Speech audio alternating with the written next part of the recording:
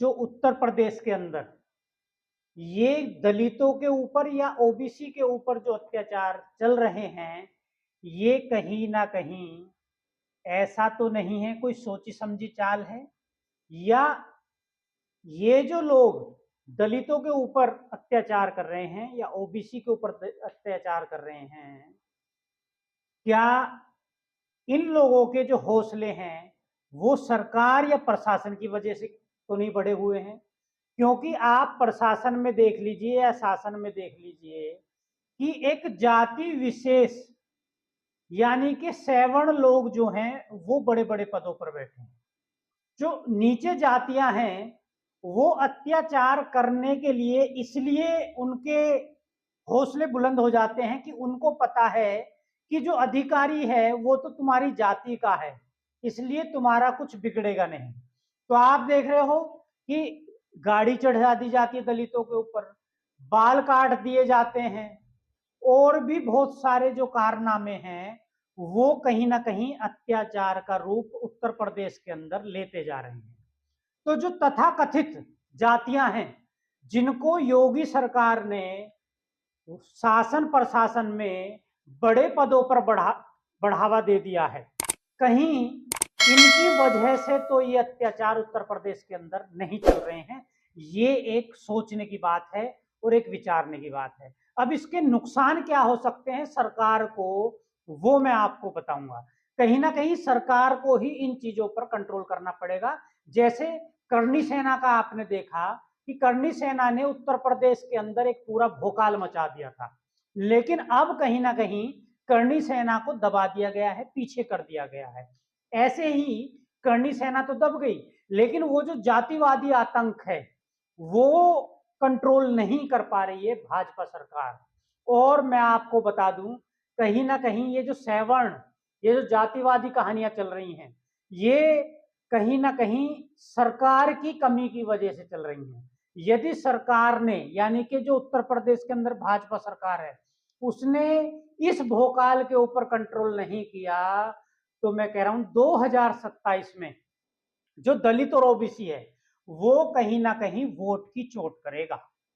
Vote की चोट से मतलब वो अपने अत्याचार का बदला अब सरकार से या सवर्ण दबंगों से तो लड़ा नहीं जा सकता, तो वोट के अधिकार से उस सरकार को ही हटा दिया जाएगा जिस सरकार ने पूरा अधिकारी तबका वो एक जाति विशेष के लोगों को बैठा दिया है, और जो नीचे की जनता है उसको कहीं ना कहीं इंसाफ नहीं मिल पा रहा है।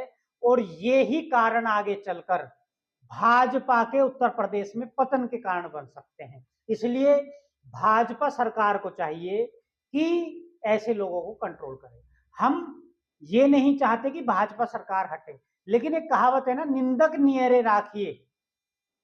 यदि आप निंदा करने वालों को अपने पास रखोगे जो आपसे सवाल पूछ सके, देखो सत्ता से ही सवाल पूछा जाएगा, जो सत्ता में नहीं है उससे सवाल नहीं पूछा जाएगा। अब आपने देखा कि एक यादव जाति के जो कथावाचक थे उनको ब्राह्मणों के गांव में पीटा गया, उनकी चोटी काटी गई, और यहां तक कहा गया कि उसने ब्राह्मणों से पैर छुलाए। अब मैं ये कहना चाहूंगा, जो व्यासपीठ पर बैठ गया व्यक्ति, जो ज्ञान आपको दे रहा है चाहे वो किसी भी जाति से है, वो फिर पंडित ही है, ब्राह्मण ही है, और उसके ज्ञानी व्यक्ति के पैर छूने में क्या दिक्कत है? गुरु किसी भी जाति का हो उसके पैर छूने का अधिकार सबको है। और मैं आपको बता दूं, क्या ब्राह्मणों ने ये ठेका ले लिया है कि वो उनसे कोई पैर नहीं छुआ सकता? ब्राह्मण से मतलब जाति विशेष से नहीं, ब्राह्मण यानी पंडित। पंडित उस व्यक्ति को कहा जाएगा जो भी ज्ञानी है, जो भी अपने पास ज्ञान रखता है, वेद शास्त्र का ज्ञान रखता है, वो ही पंडित है। अब उसमें जाति कहां से आ गई? लेकिन एक तबके ने अपने आप को पूजनीय समझ लिया, एक मनुवादी आप कह सकते हो, मनुवादियों ने अपने आप को पूजनीय समझ लिया और केवल एक सोच बना ली कि हम किसी के पैर नहीं छुएंगे, लोग तुम्हारे पैर छुएंगे। तो मैं कह रहा हूं कि आप क्या धर्म के ठेकेदार हो क्या? आपने धर्म का ठेका ले लिया है क्या? कि आप किसी के पैर नहीं छुओगे? आपसे अगर 4 वेदों के श्लोक पूछ लिए जाएं तो आप बता नहीं पाओगे। तो इसलिए ब्राह्मण पंडित वो ही है जो ज्ञानी है। एक जाति विशेष अपने आप को सर्वश्रेष्ठ समझने लगे, इसमें किसी की गलती नहीं है। एक जाति विशेष धर्म की ठेकेदार बन जाए, एक जाति विशेष हिंदू बन जाए, बाकी सब दलित और पिछड़े जो हैं वो क्षुद्र समझे जाएं, तो ये कहीं ना कहीं सामाजिक न्याय नहीं है। ये देश आडंबरों से नहीं चलेगा, ये देश किसी गलत नीति से नहीं चलेगा, ये देश संविधान से चलेगा। यदि आपने या किसी ने ये समझ लिया है कि धर्म के अंधे लोगों को धर्म से अंधा किया जाए, धर्मांधता जिसको कहते हैं, और कहीं ना कहीं रूढ़िवादी और आडंबरों में लोगों को बहकाया जाए, जिससे कि आप पूजनीय बने रहें, सत्ता में बने रहें, तो ये ज्यादा दिन तक चलेगा नहीं। और ये इतिहास गवाह है कि जिसको ज्यादा दबाया गया फिर वो ही बारूद और चिंगारी बनकर उभरा। यानी कि आपने देख लिया कि संविधान के निर्माता भीमराव अंबेडकर जी को कितना ज्ञान था, 64 डिग्रियां, और लोगों ने दबाने की कोशिश की, और वो ही भीमराव अंबेडकर एक दिन ताकत बनकर उभरा। तो कहीं ना कहीं दलित और ओबीसियों को शिक्षा ग्रहण करनी चाहिए। यदि आप शिक्षा ग्रहण कर लेंगे तो इस दुनिया की कोई ताकत आपको दबा नहीं पाएगी। और ये जो सारा लोचा है ये शिक्षा का लोचा है। और मैं बता दूं आपको, जो अशिक्षित ब्राह्मण है वो भी अपने को पूजनीय बताता है, जिसको वेद का ज्ञान नहीं, शास्त्र का ज्ञान नहीं, वो भी पूजनीय है। तो ये जो भ्रांति और गलत चीज फैलाई गई है इसकी बिल्कुल निंदा की जानी चाहिए और इसका कहीं ना कहीं बहिष्कार किया जाना चाहिए। आप देख रहे हो सीधा सीधा सोशल मीडिया पर उस गांव के लोग कह रहे हैं कि ब्राह्मणों के पैर छुलाए, ब्राह्मणों से पैर छुआए। तो मैं ये कह रहा हूं, यदि एक दलित व्यक्ति भी शिक्षक है, स्कूलों में आप जाके देखिए, और एक ब्राह्मण भी शिक्षक है, और एक यादव, गुर्जर और जाट भी शिक्षक है, तो क्या केवल ब्राह्मण टीचर जो है उसी के पैर छुए जाएंगे? जो एक दलित ओबीसी टीचर है उसके पैर छूना गुनाह हो गया, उसके पैर छूना पाप हो गया? तो ये जो रूढ़िवादी सोच है ये आज भी भारत में पनपी हुई है और इसके पीछे राजनीति है। राजनीति का ही हाथ होता है कि कोई भी चीज आप प्रोपेगेंडा फैलाइए जिससे कि आप राजनीति में बने रहें, लोग आपको वोट करते रहें। दूसरा वाक्य आप देख लीजिए कि वंदे भारत ट्रेन में एक जाति विशेष यानी कि राजीव सिंह जो कि ठाकुर जाति से आते हैं वो खिड़की वाली सीट पर बैठना चाहते थे। तो जो व्यक्ति बैठा था उसको उठाने की कोशिश की गई, लेकिन उन्होंने असमर्थता जताई कि भाई मेरे को पैरों में दिक्कत है तो मैं इधर थोड़ा सा बैठा हूं। लेकिन जब विधायक ने ये सोचा कि तुम्हारा अपमान कर दिया और तुम तो ठहरे ठाकुर, तो ठाकुर का अपमान हो गया, तो उन्होंने तुरंत अपने जो झांसी उनको उतरना था बीजेपी विधायक को, और उन्होंने अपने समर्थकों को फोन किया कि मेरे साथ ऐसा हुआ। समर्थक वंदे भारत ट्रेन में चढ़ते हैं और उस अधेड़ व्यक्ति को, और जो कि शिक्षित व्यक्ति था, उसको पीटा गया। और आप जानकर चकित हो जाएंगे जो ये राजीव सिंह विधायक है भाजपा का, ये केवल 10वीं पास है और इसके पास जो संपत्ति है, जो इसने ब्यौरा दिया है, वो हमने गूगल पे चेक किया तो लगभग 9.5 करोड़ की संपत्ति इसने अपनी दिखाई है। अब ये सवाल जांच का विषय है कि 9.5 करोड़ की संपत्ति कहां से आई इस व्यक्ति के पास।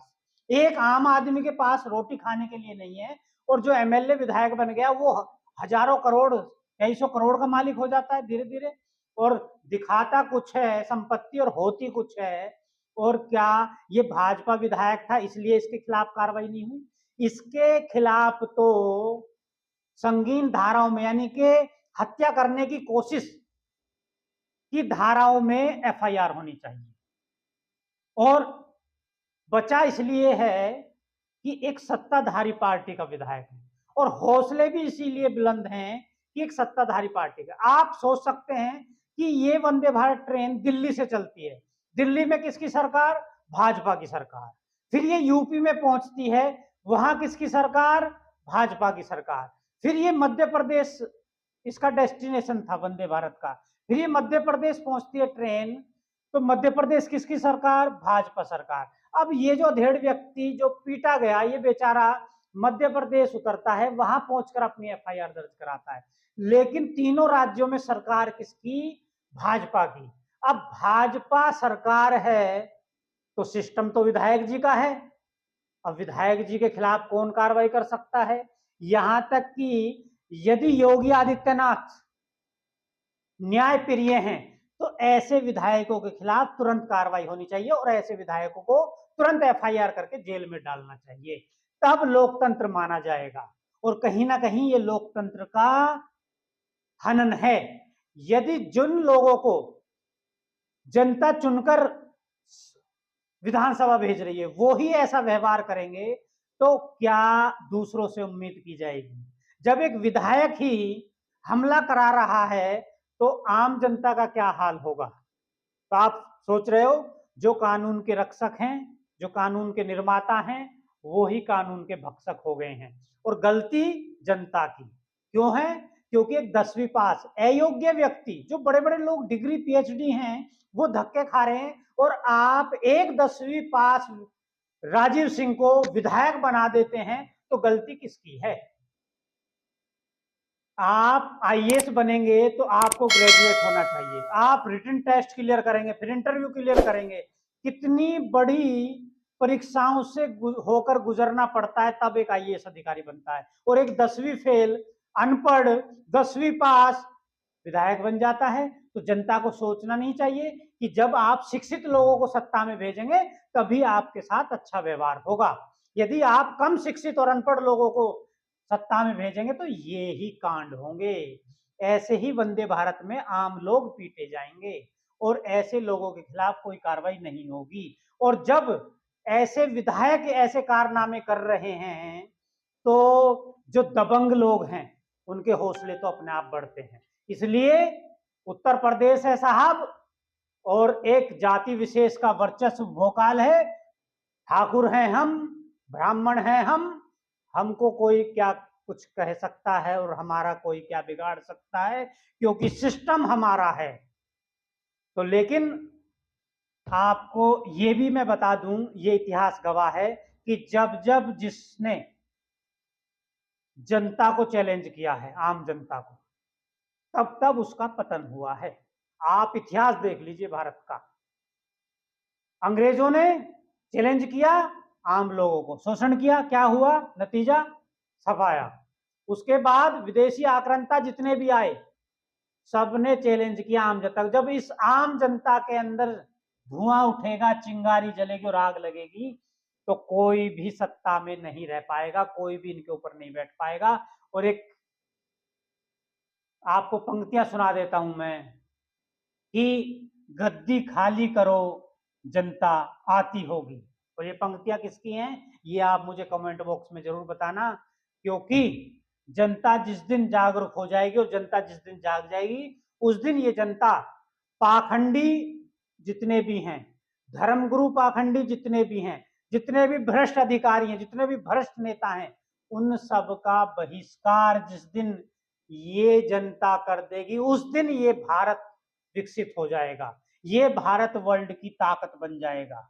और जो एक हिंदूवादी प्रोपगेंडा, जो आपको धर्म का अंधा बना दिया गया है, धर्म की आड़ में आपकी आंखों पर जो एक पर्दा डालकर एक जाति विशेष, कुछ जाति विशेष ही लोग वो मजे ले रहे हैं, जो वर्चस्व वाले लोग हैं वो मजे ले रहे हैं, और आम जनता पिस रही है। देखिए आज 2025 चल रहा है, फिर भी दलितों का क्या हाल है वो देख लीजिए आप। और मैं बता दूं, जो अपने को हिंदूवादी लोग कह रहे थे, यादव, जाट, गुर्जर, कश्यप और बहुत सारी जातियां, इससे पता चलता है कि हिंदू केवल 1-2 ही जातियां हैं, बाकी सब क्षुद्र और दलित हैं। जो हिंदू है उसको कथा करने का अधिकार क्यों नहीं? अगर उसको कथा सुनने का अधिकार है तो अगर उसने ज्ञान प्राप्त कर लिया, उसने शास्त्रों को पढ़ लिया, उसने भागवत कथा को पढ़ लिया, रामायण को पढ़ लिया, समझ लिया, तो वो कथा क्यों नहीं कर सकता है? इस सवाल का जवाब आप ही देना जो मेरे दर्शक देख रहे हैं। और इस सोच को कैसे मिटाया जाए, इसके लिए क्या काम किया जाए और इस सोच को खत्म कौन कर सकता है, ये भी आप बताइए। और बढ़ावा कौन दे रहा है ऐसे लोगों को, ये भी आप कमेंट बॉक्स में बताइए। और वीडियो अच्छी लगी तो वीडियो को लाइक जरूर करना और चैनल को सब्सक्राइब जरूर करना। और इस वीडियो को जितना ज्यादा आप शेयर कर सको उतना शेयर करना, क्योंकि ये अधिकारों की बात है, ये आपके आने वाली पीढ़ियों के लिए बात है। और आप यदि जातिवाद के नाम पर वोट करते रहेंगे, यदि आप धर्म के नाम पर वोट करते रहेंगे, तो ऐसे ही आप पीटे जाओगे, ऐसे ही आपका शोषण होता रहेगा।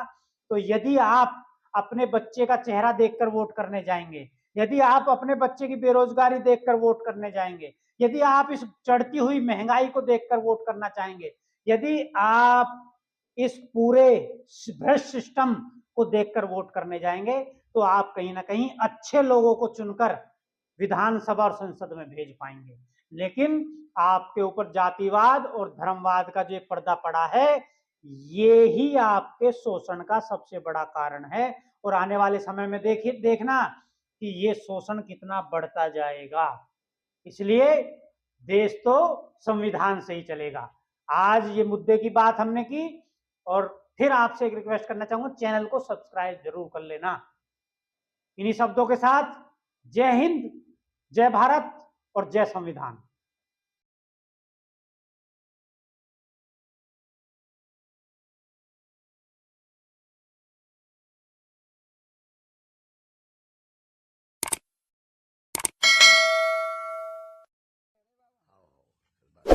हटाओ, अब